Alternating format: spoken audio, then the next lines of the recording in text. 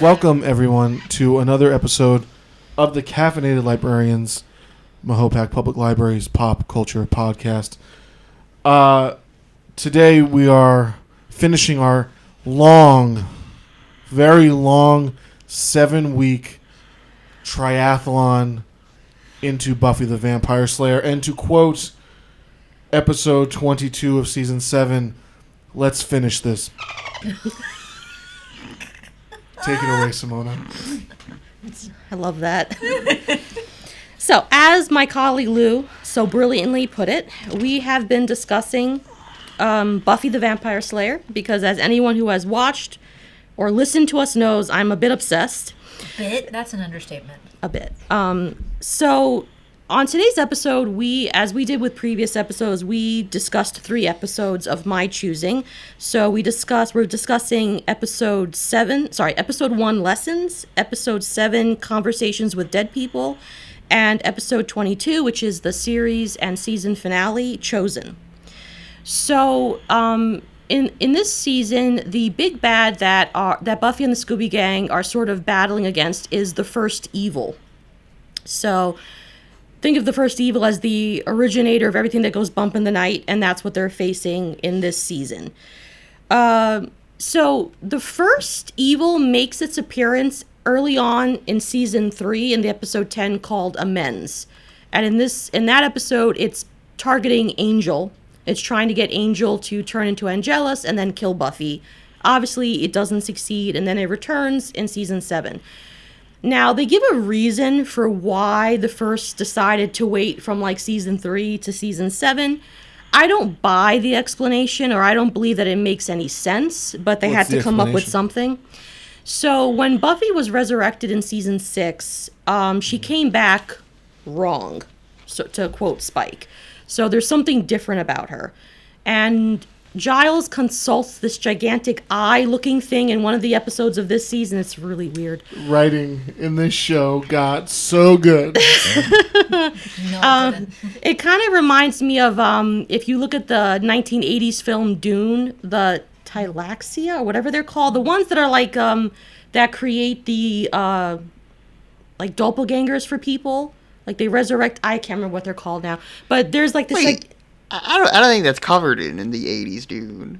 I thought it was. There's like a big tank thing that shows up. Isn't it?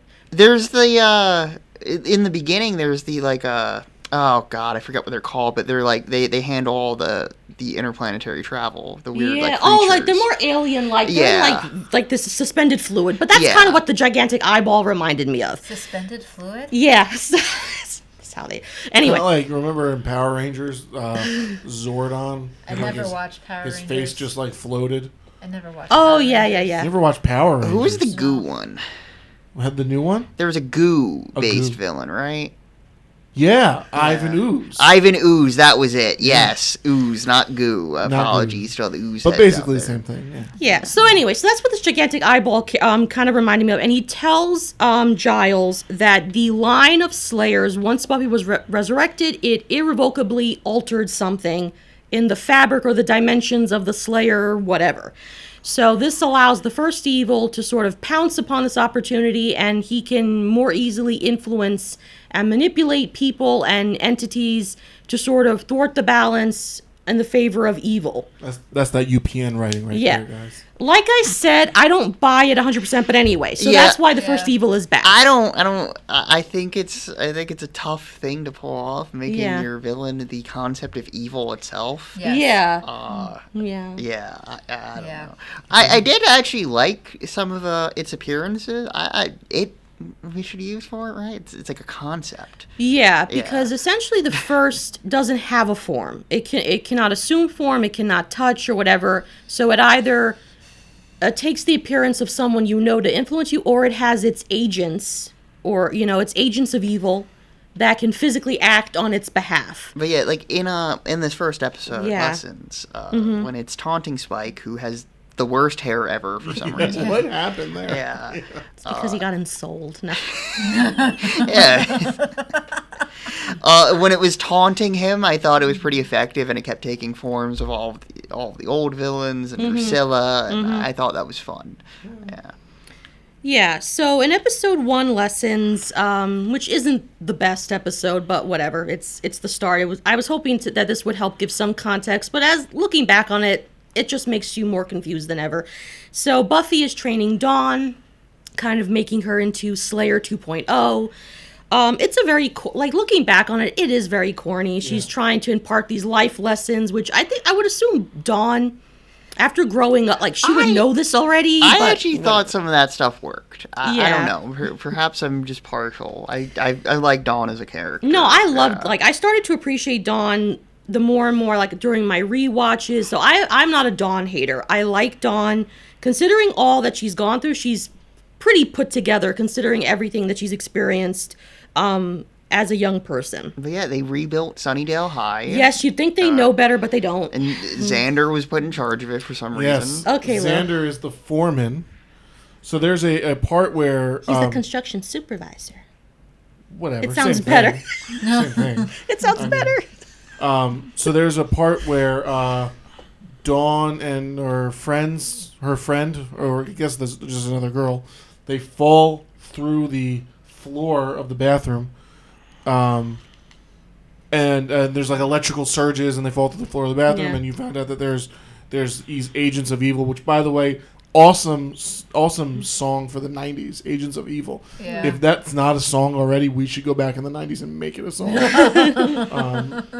But here's my joke, insert laugh track after. Is anybody surprised that a building Xander was the foreman for is having electrical problems and the floor in the bathroom is collapsing? So that... And the bastard is happy about it. Yes, he is. Yeah. Yeah. Well, he has bad memories of that school. He was happy when it No, blew no, up. he's seeing happy about dollar it. signs. Yeah. Yeah. Oh, I was thinking I'm differently. sorry, Simona. Xander to me has no redeeming qualities whatsoever. Well, we've had this conversation before Yes. with Xander. He's a Whedon insert. oh, God. He has his moments. I feel so No. bad because I keep on saying he has moments, and I think he does. In spite of the overall hate the character has received, a lot of the fandom, people in the fandom don't like him. I also think it's because of the actor himself too. He's had a lot of issues with domestic violence, outbursts, drunkenly outbursts. He's not the best of people. He does suffer. I hate to say, he does suffer from mental illness, but that still doesn't excuse his behavior. So that, I think, has also tainted the character somewhat. But yeah, so, and you had a question, this was off camera, about Xander being in construction. Yeah. Well, no, I mean, yeah. Okay, yeah, because I realized it would probably be confusing as to how he could now be the foreman of a construction site.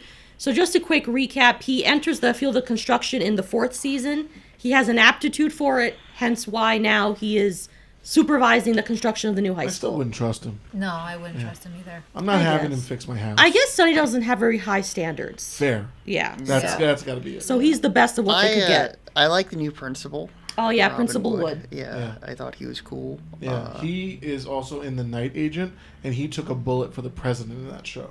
That makes Oh, it even more interesting. awesome. Yeah. Yeah, that's nice. So Is the Night Agent, sorry to get No, off no, no. topic, is the Night Agent a newer series, or was that also in, because I've never heard of that series before. I think it within the last few years. Okay. Yeah. okay. It's got a couple seasons. Okay. So I also realized that with Robin Wood, most of you won't know his backstory. In addition to being the principal, he's also the son of a former Slayer. Okay. Oh. So he was the That's son why of he's- Nikki Wood, who was one of the Slayers that Spike killed in the 70s. Nikki Wood, of course. She Does Buffy know this? about Spike? No, No, about him. about Oh The yeah, principal. But she learns it. She Oh, learns okay. it because he's a kind of you 'Cause- see it in this episode where he looks a little shady, where you don't quite Yeah, know you're where. like principal of Sunnydale High. This guy's up to some. At that point, she assumes that he's an agent of the First. It's a really comical Yeah. episode, but he reveals who he is, that he was the son of Nikki Wood, who was a Slayer. Interesting. Yeah, so I just wanted to throw that out there because it's an important element of his character backstory. So Nikki Wood was the Slayer, and I guess she died, right? Yeah, Spike killed her. Yeah, She's one of just said that. Yeah. she's one of the 2 Slayers. So what that happens he when he killed. meets Spike? So he finds out who Spike is because Spike, the leather jacket that is iconic with his character, belonged to Nikki Wood. He took it after he killed her. trophy. So Wood recognizes the That's a coat. pretty big jacket on him, though. How big was Nikki Wood? I don't know. Like, I'll talk about that after we finish recording. But, so he recognizes the jacket, and there's a scene where he goes, "Nice coat." And he says, "Where did you get it?" And Spike says, "New York." Because that's where he killed Nikki Wood. There's a scene where they're riding on the subway, and they're fighting, and he killed her. So Robin recognizes him after that, and he tries to kill Spike. He's not successful. Well, yeah. But anyway, that's who his character is. I realized you would not know that based on the episodes we've watched. He's the son of the former Slayer. But yeah, and in Lessons, a big shocker, demons are afoot in Sunnydale. They most never happened before. They most definitely are afoot, and the reason why they're afoot is because the first is back, and it's decided that the only solution is the final solution, and it's targeting the Slayers and potentials. So Buffy annoyed me though when she busts into Dawn's classroom, and it's so weird. And it's like, Buffy, you've been dealing with this for so long now. Yeah. You can't use any code words or anything. You can't come in normal and be like, "Hey, Dawn, we got to do something." Yeah, like Dawn, like she had to imagine that Dawn's going to be in that classroom with other human beings, right? Like, come on, Buffy. Like, come on. Yeah, that's something I will talk about in why I dislike season 7. Yeah. But I'll wait till the end of that. I get that. Yeah, that's a really embarrassing, especially when the teacher says it must run in the family. Yeah. Like, yeah, that's heartbreaking because Dawn is it's the first day of high school. It's another transition, a life transition. And, like, yeah, Buffy, like, humiliates her. And then she sees dead people and, just humiliates herself. Yeah. But, yeah, so let's talk about Willow. Okay. So I imagine there's some confusion. Off in England, yeah. She tore a guy's skin off for killing her girlfriend. Exactly. Yes. What was she trying to end the world or something? She was, yes. Yeah. And when I explained how it doesn't end, Lou was less than impressed. A lot of people were, believe it or not, they weren't too happy with it. So Tara dies in season 6. Warren, who's one of the big bads, he's just one of the douches of that season, tries to kill Buffy, misses, and shoots Tara instead. That leads Willow to sort of go down the even darker path of dark magic. She flays Warren, tries to kill Andrew and Jonathan, doesn't succeed, and then tries to end the world. Xander, through showing how much he loves her, and through reminding her of the power of love, prevents it from happening. Ugh. And then she decides that she needs to go for reprogramming in England. Oh. And Giles shows up on horseback. Exactly, because how else do you know you're in the English countryside? Unless it's a really... Giles. Yes. Not enough Giles in these episodes. Not enough Giles. Yeah, I think it's because, like with season 6, I believe so that the actor wanted to spend more time with his family, or maybe he just didn't want to be in there anymore. Who knows at this point? Anything is possible. Honestly, I don't blame him. Yeah. Once they switched over to UPN, it was just like... Yeah. Just a train wreck. So Willow's in England trying to learn to control her power, and she's one of the ones who can sense that something is rising up, that there's something off with the earth and whatnot, and yeah. So that's Lessons. Yeah. So it's both literal lessons, metaphorical lessons. It's full circle. Why England though? Because that's where Giles is. Yeah, that's where Hogwarts is. I was reminded of Hogwarts. Yeah, but anyway, because she's with the Coven who's teaching her. They even make the joke. Yeah. Well, she's Hogwarts, like, isn't that in Scotland? I don't know. It is. It's in Scotland. It's supposed to be. But anyway, it's Buffy's Hogwarts is in England. So Hogwarts is supposed to be in Scotland? It's in Scotland, yeah. Yeah. No idea. Don't worry, no one else would know that, but yeah. But all right. Now we get to episode 7, Conversations with Dead People. This episode was fine. I actually liked this one. I liked it quite a bit. It felt a little lopsided. Like whenever we were to cut back to Dawn doing like an exorcism, it felt like this one seems more serious than the others. So you're giving this like 5 minutes of screen time. Yeah. I thought the conversation with Buffy and the vampire was pretty funny. Mm-hmm. I liked that a lot. Yeah. I liked it too. I just felt like it was too long.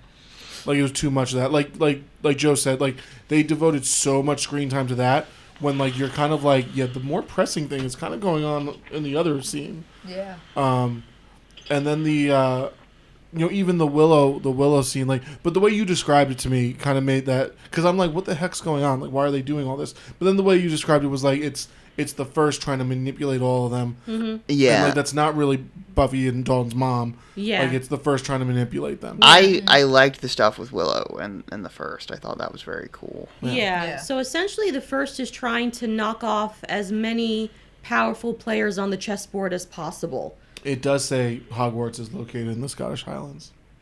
Okay. So, points for us. Ravenclaw and Hufflepuff. Yoo-hoo. I've taken that, like, J.K. Rowling, or not, I guess it's not J.K. Rowling, it's the Hogwarts, like house test. On Pottermore.com, Like, yes. And where were the you, official and where one, were like, you, 3 times. And where were you housed? Slytherin every time. That makes a lot of It sense. does. It tracks. Absolutely. It tracks.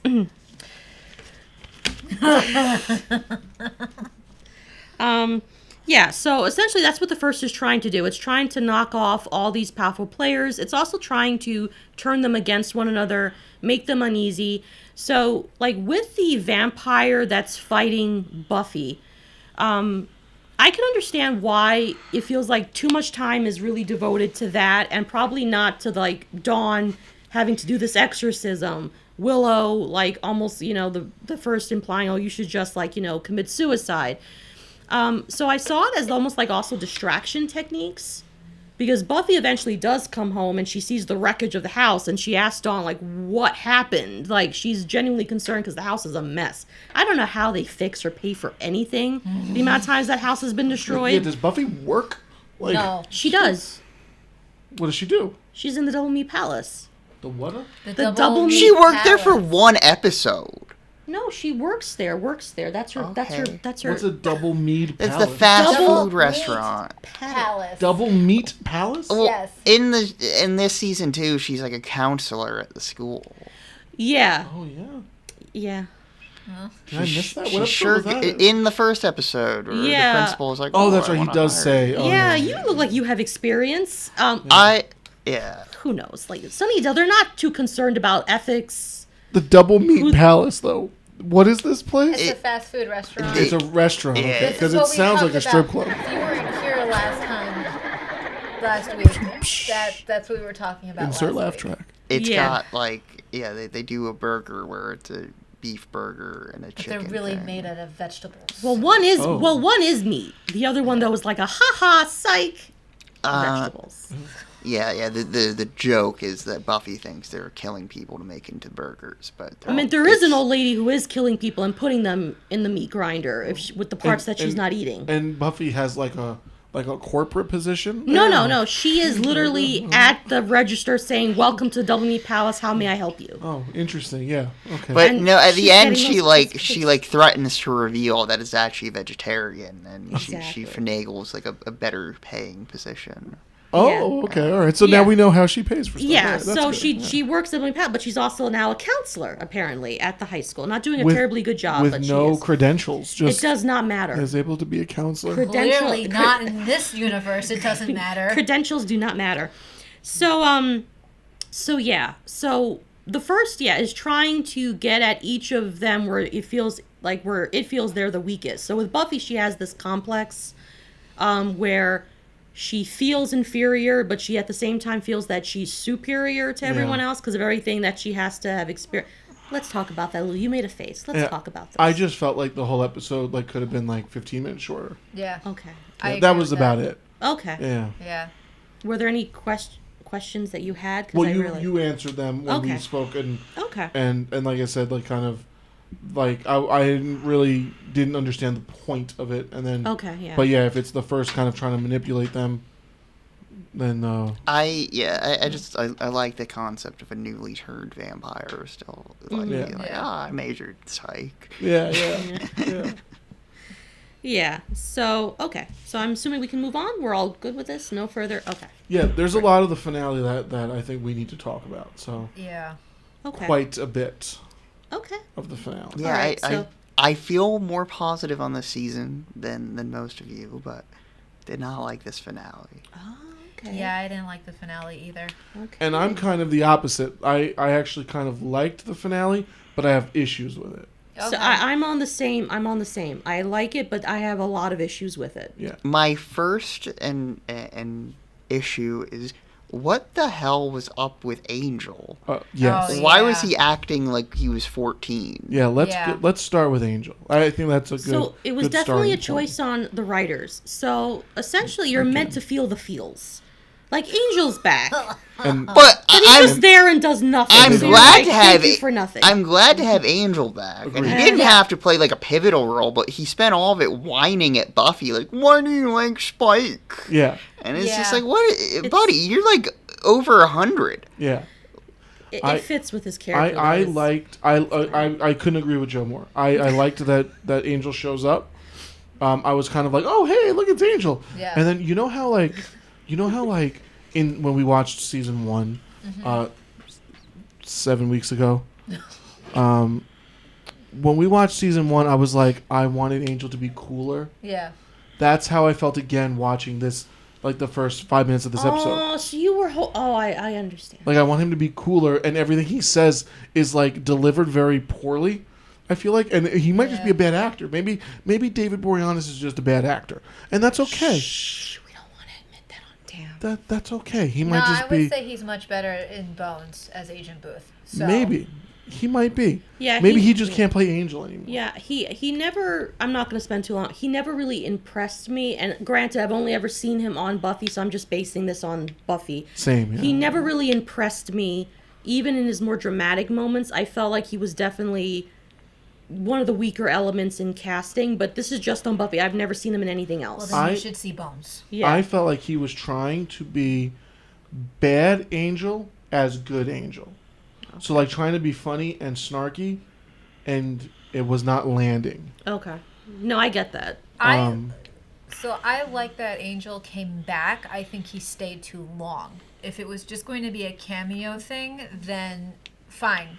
Give Amulet. And then Go- just like go off into the sunset. No, Yeah, not the because sunset. go back to whatever he was doing in his spinoff because he hasn't been in Buffy. Well, that's pretty. I mean, he was there for like 5 minutes. So you just maybe wanted 10 literally Amulet, Yeah. chuck it at her, and then just right because No explanations. Yeah. Right, because he's been on his. He left when in season 3, Yes. season 2. Okay, yeah. and he hasn't been here for all the rest of the seasons. He's been off doing his own thing. Shows up in season 4, and yeah, twice. We just haven't seen that. Sorry, continue.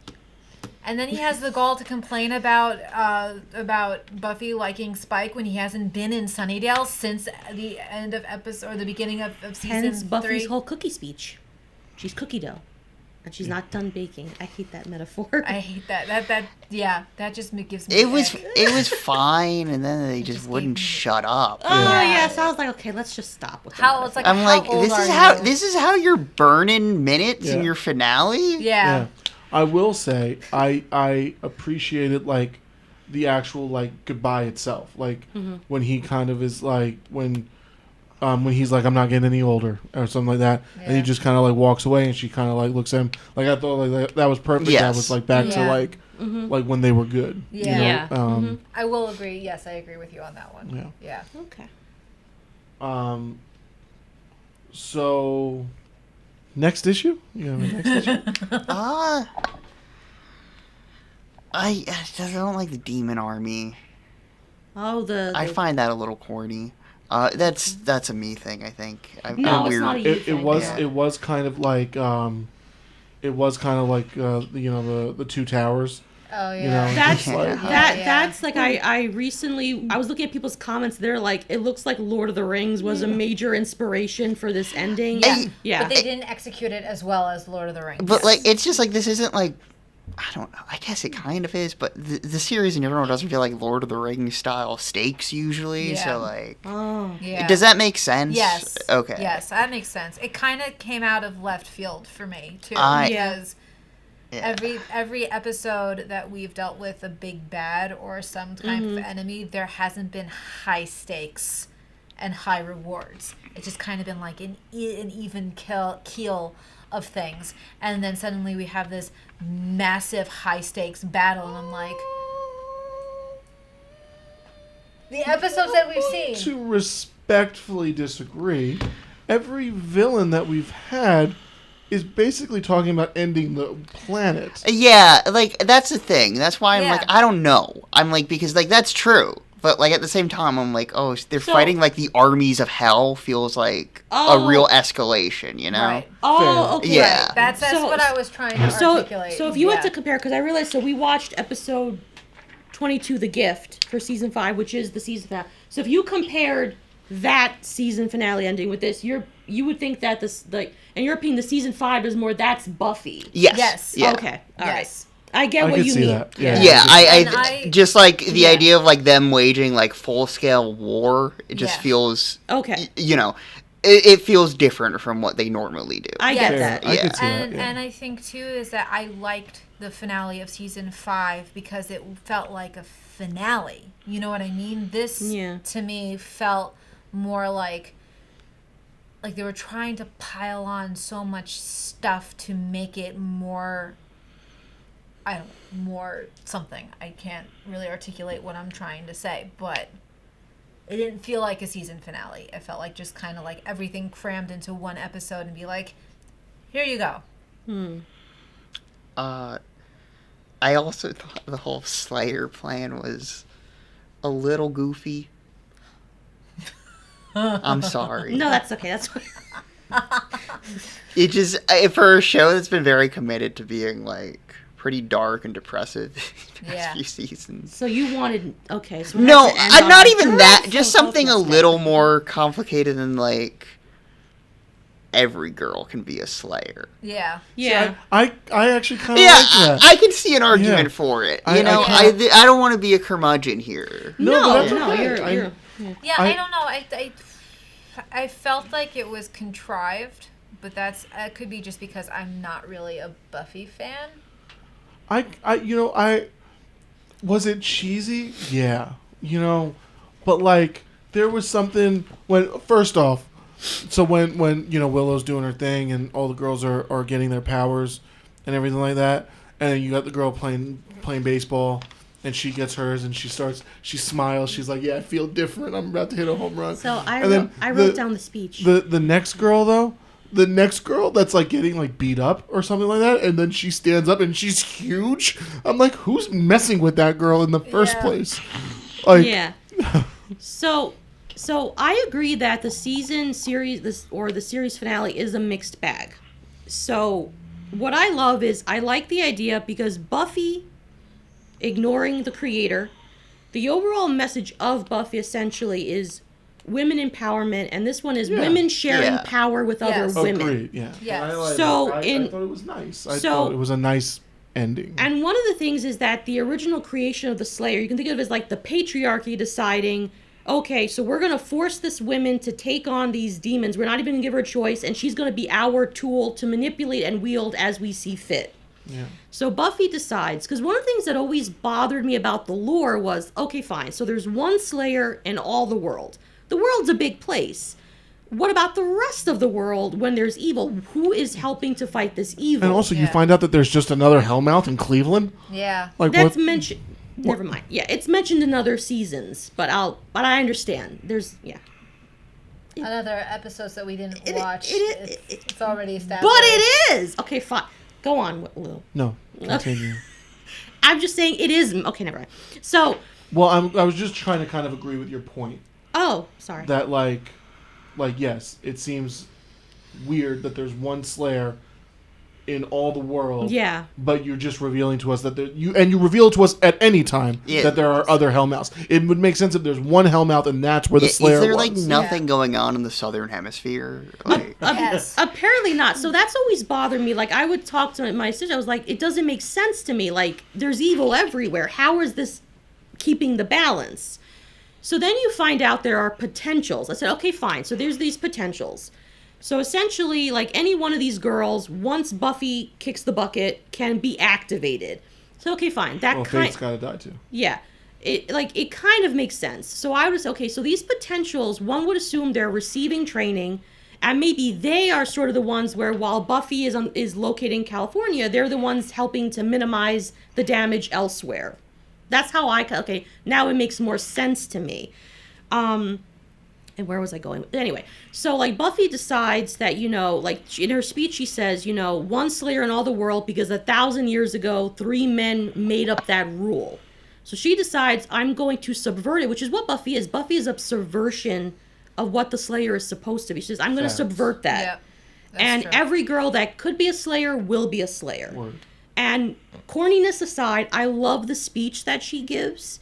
And it's basically what Buffy is essentially supposed to be. Women empowering other women, and that's essentially what Buffy does in this moment. I like that part. That's one of my favorite moments of this series finale. Yeah. I think that was my favorite moment. What I hated about this... is Anya, basically how she died... We're not there yet. Are we there yet? We're there yet. Oh, I thought we were talking about like what we hated and what we liked about. Okay, fine. We're not there yet. Yeah, go ahead. All right.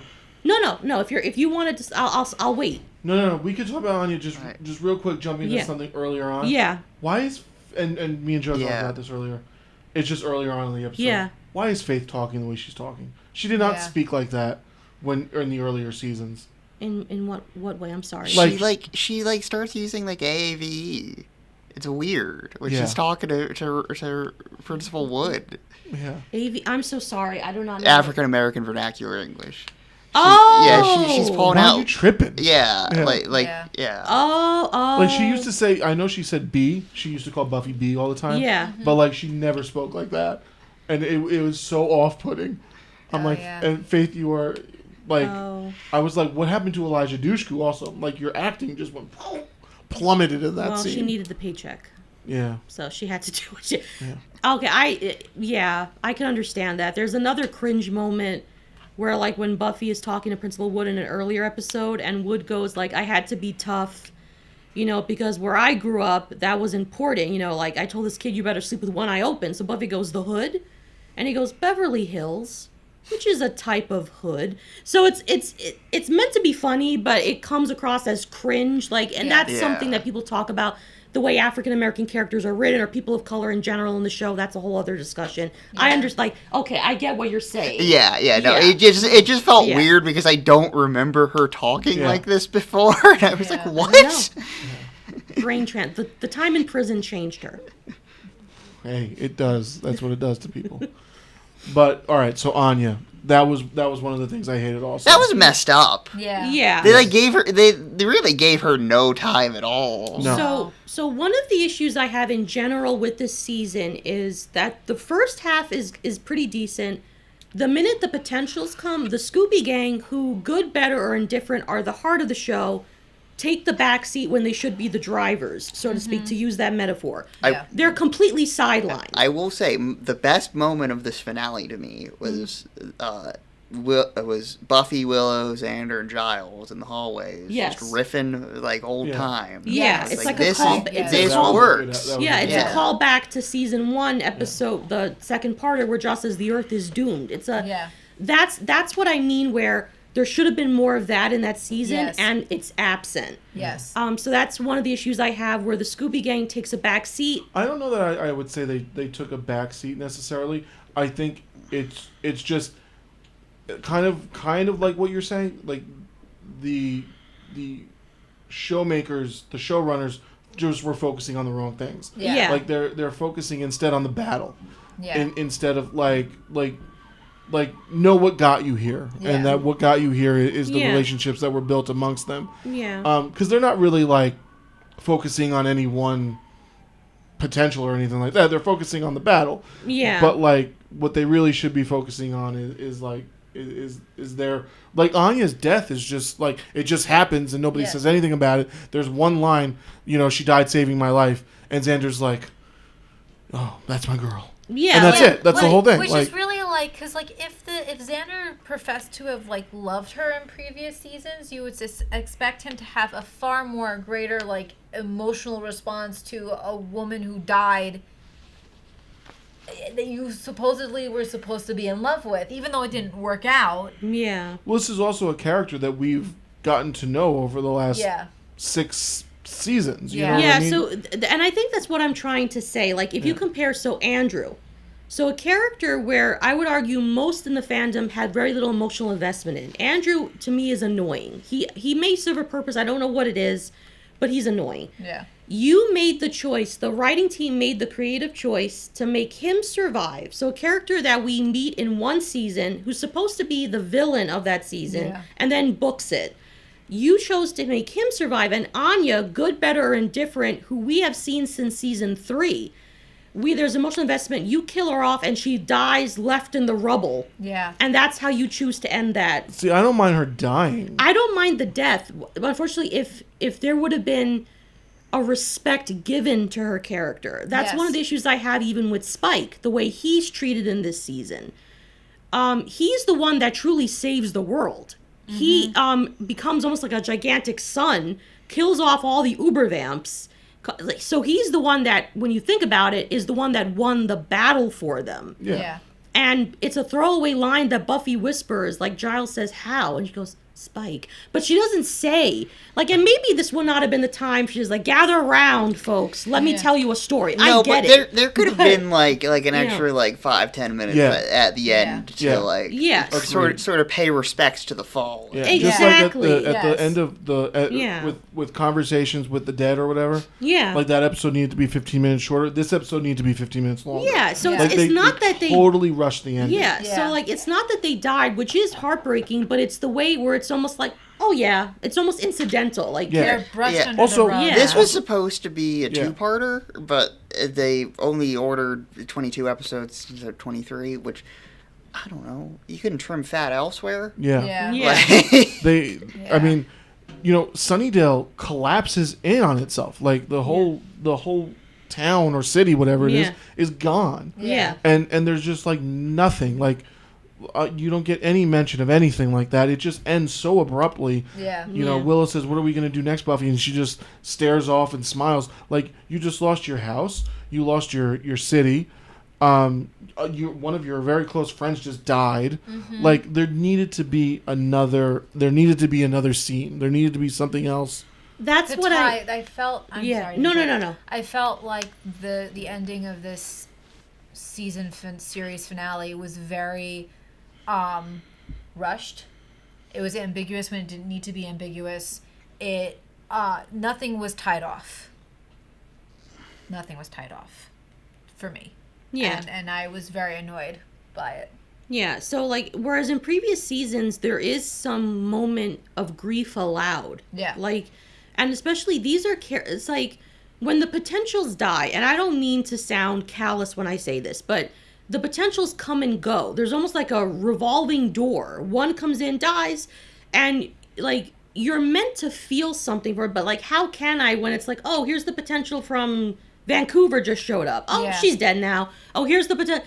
And then the ones they choose to focus on, Rhonda, Kennedy, and I'm going to vent for a little bit. Those characters are so annoying. They're ingrates. Like, first of all, like, one of the things that also bothered me about this season, now that I can talk about it, so I'm going to vent for a little bit, was the utter disrespect shown towards Buffy. Now, Buffy's not perfect, but I like how you invade her home, you invade her hospitality, you moan and complain, but offer no viable solutions. It's like when she tells Anya, what do you contribute? And she says, I contribute much needed sarcasm. Yeah. At that point, Buffy is correct. Like, even if you're afraid, she says, you can be afraid, but do something while you're like, don't just sit there and wait to die, and don't put it all on me. And when I can't find that solution, you get angry at me, which is what they do in one episode. They kick Buffy out of her own home. They literally say, you need to leave. And, like, that's her house. Yeah. And they're angry at her. They call her, oh, you feel superior. But in this case, she's the one doing things. You're sitting there. You want her to basically risk her life, find the solution. When she says, okay, fine, you've put me in this leadership position. Now follow while I lead. And she's too pushy. So that's one of the major issues I have as well, too, where Kennedy is okay, I'll stop. I just don't like Kennedy. Yeah. She's Tara's replacement in this season. I just don't like her. I don't like the disrespect shown to Tara's character. Yeah, there did not need to be a Tara replacement. Yeah. No. And that's essentially what the writers said. Like, we needed romance in this season. Did they like have a fight with the actress who played Terror or something? Yeah, No. right. It seems like that. No, right? That's what I thought I too. think- Like there was something going on behind the scenes. Well, yeah. sorry, like, Amber. even- Amber Benson said that Josh Whedon like gleefully told her, "And I'm killing you off this season." So yeah, it was a personal Yeah, slight because yeah. like even with the episode with the first coming and taunting them all, like they couldn't get Tara. Oh, Yeah. I They think couldn't the get actress, Amber Benson? I think the actress did not want to Yeah. appear because she didn't want to taint the image of Tara, the Yeah. character. Yeah. So I think it was her decision. If I'm wrong, please to not have that cameo. Right. Yeah.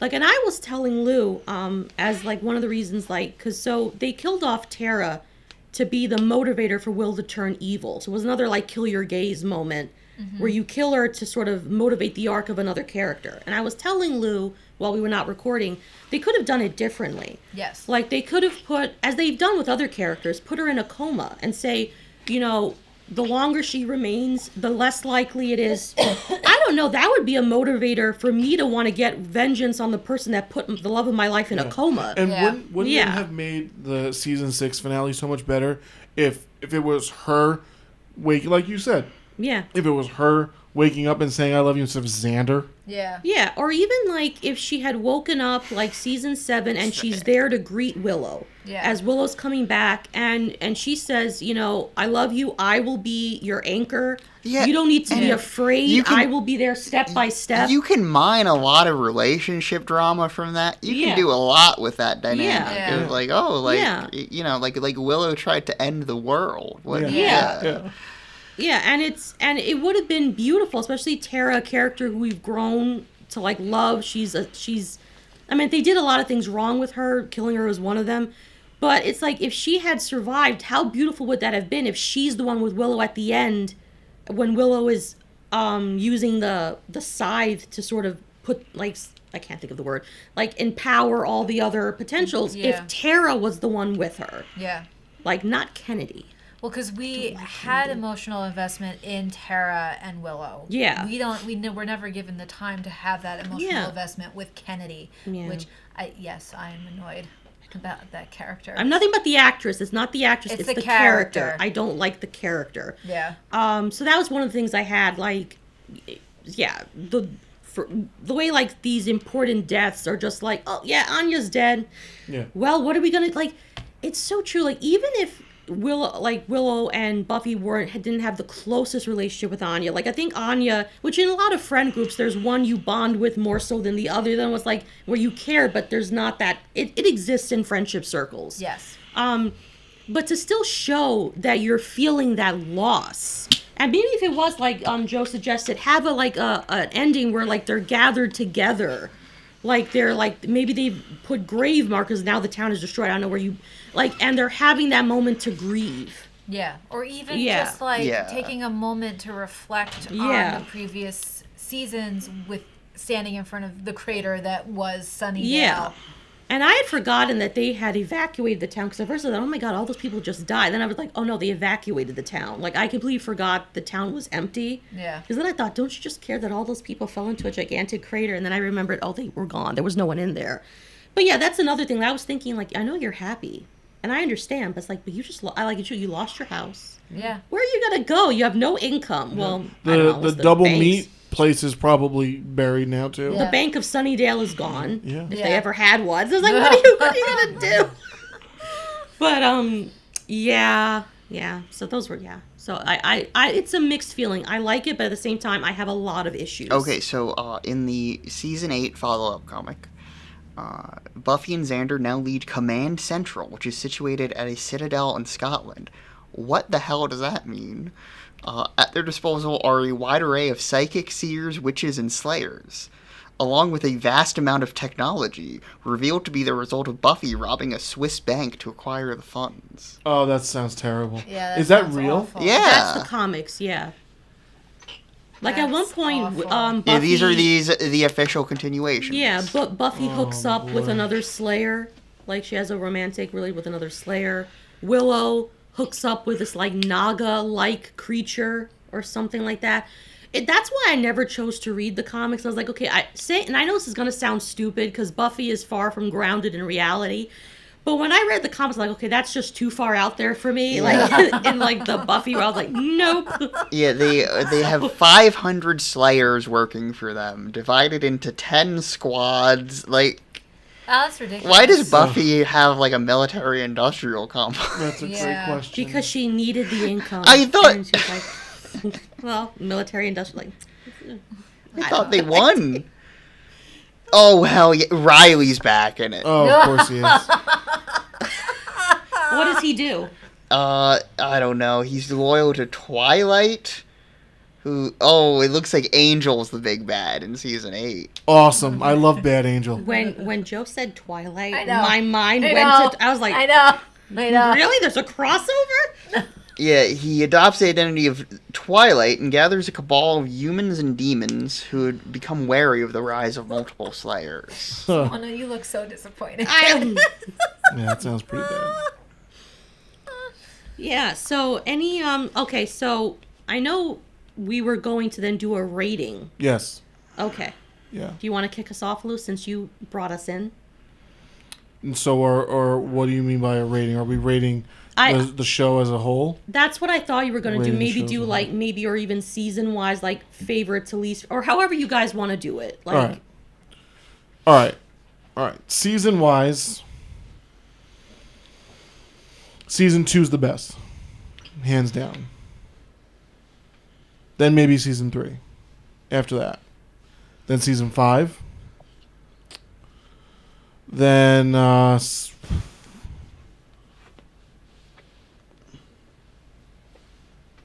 season 1, season 6, season 7, then season 4. oh, okay. Yeah. Now, rating the show overall, or do we want to rank our seasons first?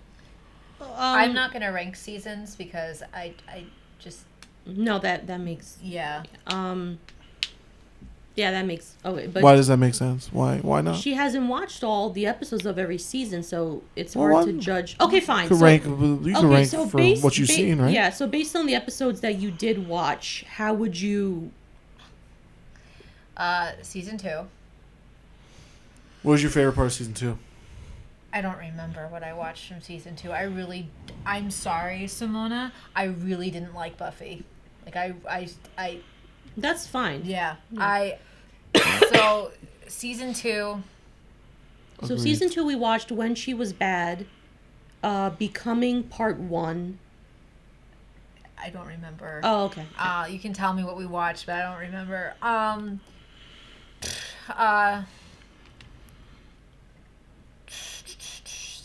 Season 3, season 5, season 4, season 1, season 6, and season 7. Okay. So, for me, it would be 2, Of course. 5, 3, 2, 5, 3,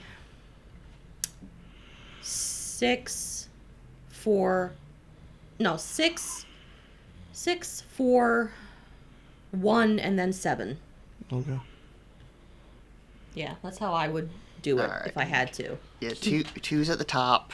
Let's see. I'm between like, I don't know. Lou was judging my rankings hard. Like, he was I just giving me am. Well, the because death stare. you're the self-proclaimed Buffy obsessor extraordinaire. Yeah, but I'm not. But he's just judging, giving me like a terrible stare. And I Am I- hate season 4 with such a passion. Well, I actually like a lot of season 4. at and least I'll what we and I'll saw, explain yeah. if you're feeling like that's really weird. Yeah. Why I put. I like Hush a lot. I like Yeah. Restless. That might be my number 2. I don't know. Oh, okay. At least from what I've seen, I didn't see enough of Riley to really get sick of him. Yeah. So give it a. yeah. Give it time. Yeah. So okay, 2, 4. What happens in 3? It goes down there. When the That's the one with the mayor, right? Yes. Yeah. Okay. 3, 5, 1, and then 6, 7. I guess. I don't know. that makes sense. Yeah. Yeah. Yeah. So, season 7, like why I put 1 before 7, Even though season 1 is generally considered not to be the best, I can always rewatch season 1. Season 7, I have a hard time rewatching it because it just makes me too upset. That makes sense. Yeah, and it just... There are good episodes, but overall, like, the treatment of the characters, even Giles, like, Giles becomes so, like, his... Like, infuriating? Yeah, like at one point he allows Wood to try to kill Spike because Giles just sees him as a liability, and like, which is understandable, but at the same time, Giles just seems to have been lobotomized. Like, I was like, why? Like, so, like, I have a lot of issues with the way the characters were written. It's like, they're just not the same characters. So that's why I put 1 before 7, because I can always rewatch 1 and really enjoy it, corniness aside. 7 will always be at the bottom of my list. Season 2, I just love season 2. There are duds, like the episode Eggs. The episode Ted infuriates me. It's like supposed to be their domestic violence or one of their domestic violence episodes, but it doesn't really hit all that well. Sorry, I just realized that hit. Sorry, Hey. it wasn't intended. I'm sorry. It's just not done very well. But yeah, so those are. That sounds so bad. So that's why I ranked them as I did. Season 4. I don't like the initiative, but I can rewatch season 4. Like, if you put, like, rewatch season 4 with Riley or season 7, I'll rewatch season 4 with Riley anytime. In spite of the initiative, I hate the initiative. It still ranks above season 7. Yeah. Season 6 is the episode where everyone is depressed, suicidal, and making terrible life choices, but I still will rewatch that one before I'll rewatch season 7, which was supposed to be the uplifting season. Yeah. What are they talking about? After that is what uplifting. Whedon said. He was like, after I made everyone depressed in season 6, I I had feel to like- uplift them in season 7. I feel like since season 2 or 3, everybody's been clinically depressed in this show. Yeah. Like, Maybe it's just 'cause it just gets more obvious and later seasons. Yeah. There was no uplifting in season 7. Yeah. So now did we want to do like the season 7 ranking, like how we did? we do the whole show as a whole. Oh, okay. Whole show as a whole. I'll let you guys go first. All right. Whole show as a whole. We're talking 1 through 7. The good, the bad, the ugly. All of it. Okay. What are we ranking it out of? Steaks? Yes. Sure. All right. Not meat steaks. No. No. All right. Wooden steaks. Wooden Wooden steaks. steaks. All right. So, again, season 2 I think is pretty phenomenal. There's some bad stuff though in it. Oh yeah. In Buffy, there's some real bad stuff. Yeah. I think the real bad stuff might outweigh the real good stuff for me sometimes. If you had said season 2, I would give season 2 5 out of 5. Okay. But I think because that's the pinnacle and that's the height, I think everything else kind of just takes away from it. I see that. I think my final ranking of it, I'd give it like a 3 out of 5 steaks, wooden steaks. Was that painful, Lewis? Yeah. Okay. All right. My ranking, and this is Be I honest. liked- Be brutally honest. I liked some things. Do it. I didn't like other things. Do it. I'm not a Buffy fan. I can say that for a fact. So my rating is going to be. Do it. Do it. It's going to be 2.5. Oh no! Come on! I thought you were gonna go 1. No. Oh. 2.5 wooden steaks. Okay. So what about Well, this? no, let Joe go first let because Joe- like you're like this is like your thing. Okay, all right. I don't know. I mean, it's difficult because even in what we've seen, there's been a wide swath of Yes. like really good stuff and some rougher stuff. I guess I'm going with like 3.5 steaks because like I still overall enjoyed it, and you know I'd be curious to watch the rest of it at some point. Yeah. Yeah. Simona's already Now thinking it's like, your turn. like actually, would you guys be interested in watching the entire series? In my opinion, to get a better feel for it, it's like, yes, you would have to watch at least, like, even if we just wanted to do all of season 2. Yeah, in my opinion, to be able to, like, even if you still end up saying, this sucks, that's fine. But you've watched all of it, and you know after watching all of it, this sucks. That's fine.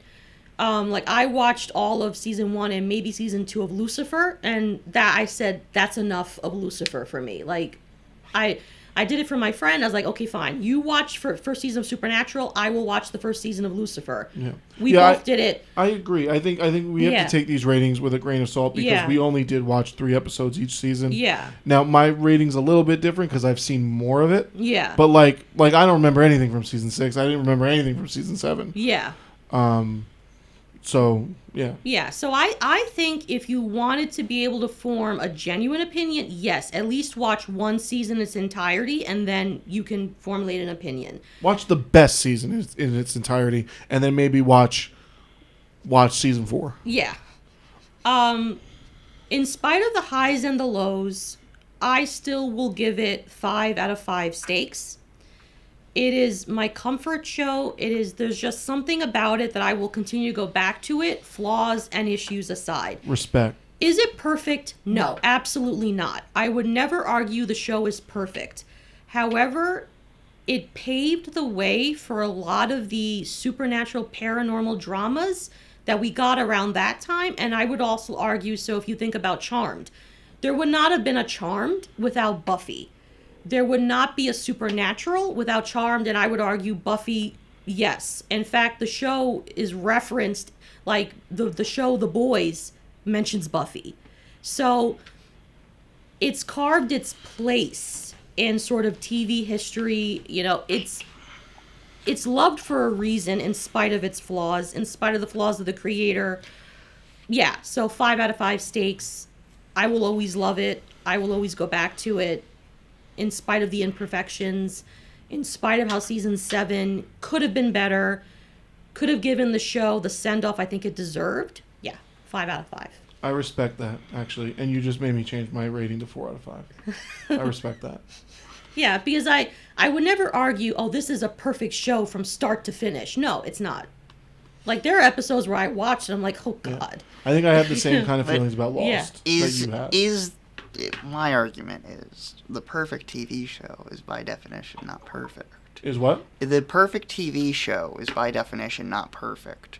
What is a TV show without at least one episode where you're like, oh man, I hate this one. Yeah. Like, I don't know, it's just part of the flavor of it all. That is real TV mindset. And that's what I would say about my favorite show that I'm going to have you guys watch, The Musketeers. Season 3 is the weakest out of seasons 1 and 2 because they were rushing the ending of it because the BBC was going to cancel it after season 3. Yeah. And they had a whole bunch of other stuff they wanted to explore. So. Yeah, like I have like another favorite show. They did an American remake, but I haven't watched it. It's Being Human, a BBC show that went on for 4 seasons, although it was a cash grab. Seasons 1 and 2, fantastic television. Seasons 3 and 4, why are we here? Mm-hmm. But it's it's a show that I've been thinking about rewatching, even though the last 2 seasons was like, why? Yeah. So and I think Joe is right, and I think even perfection is to some extent subjective, because like if I go back to Charmed, which was a contemporary of Buffy, it aired shortly after Buffy started airing. Charmed was 8 seasons. Oh my God. Yes, and if you watch Charmed, you may say, oh my God, as well.